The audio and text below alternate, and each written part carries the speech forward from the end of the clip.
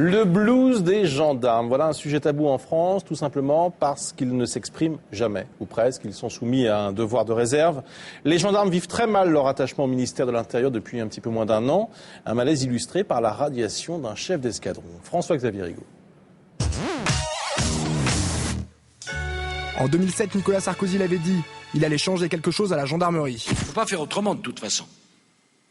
Quand vous pensez que nos trois forces de sécurité, dépendaient de 3 ministres, police, intérieur, défense, gendarmerie, douane, ministre des Finances. Alors depuis le 1er janvier 2009, police et gendarmerie cohabitent sous le même toit. Ils sont désormais sous la tutelle du ministère de l'Intérieur et ce rapprochement est très mal vécu par un grand nombre d'entre eux. Chef de file de la contestation, Jean-Hugues Matelli, officier de gendarmerie, il est aussi chercheur au CNRS. Et à ce titre, il a rédigé un article intitulé « La gendarmerie enterrée à tort dans l'indifférence générale ». Le 25 mars dernier, cet officier est radié par décret du président de la République pour manquement grave à l'obligation de réserve à laquelle sont soumis les militaires et donc forcément les gendarmes. C'est une première historique dans toute l'histoire de l'armée française, en tout cas de la République. Il n'y a jamais eu d'officiers ou de militaires radiés des cadres pour une question de devoir de réserve, donc pour une atteinte à la liberté d'expression. Contestant son exclusion, Jean-Hugues Matelli a déposé un référé devant le Conseil d'État. Mais désormais, c'est sur Internet et sous couvert d'anonymat que s'exprime le mal-être des gendarmes. Plougastel, en Bretagne, c'est ici que se trouve l'association et le forum Gendarmes et Citoyens. À sa tête, Ronald Guillaumont, gendarme à la retraite.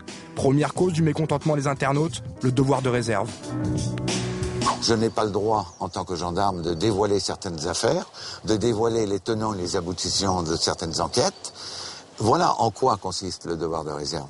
Mais j'ai quand même le droit de dire que je vis mal, que je suis mal logé, que j'estime être mal payé, que j'estime faire trop d'heures. Ça fait partie du droit fondamental. Comment le gendarme peut-il défendre les droits du citoyen si lui-même ne bénéficie pas de ces mêmes droits ? Sur ce forum, il y a 17 000 inscrits, dont 80% de gendarmes. Alors forcément, cette association commence à avoir du poids et donc pose problème à la hiérarchie. Soit les personnels d'Active qui sont membres de cette association se mettent en conformité avec leur statut général des militaires, c'est-à-dire quittent cette association, soit ils en subiront toutes les conséquences. Se mettre en conformité à la gendarmerie, souvent appelée la grande muette, c'est se taire. Mais le rapprochement avec la police a changé la donne. Ils ont désormais le même patron, mais pas les mêmes règles. Les premiers ont des syndicats puissants, les seconds, un devoir de réserve. Un devoir de réserve encore évoqué la semaine dernière pour suspendre l'adjudant A. Il avait rédigé un poème pour défendre le gendarme radié. Extrait. Alors nous taire, il ne faut point, surtout si c'est la fin. Au pays des droits de l'homme, on dénie le mien. Fidèle, loyal je suis, muet je ne suis point. Le malaise est réel, mais ce que craignent par-dessus tout ces militaires, c'est la disparition à terme de la gendarmerie. On est en train de tuer la gendarmerie en cachette, en catimini. Mais le jour où la population va s'en rendre compte, ce jour-là, il sera trop tard.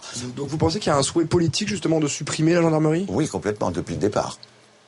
Depuis le départ, depuis 2007 depuis la présidence de M. Sarkozy, oui.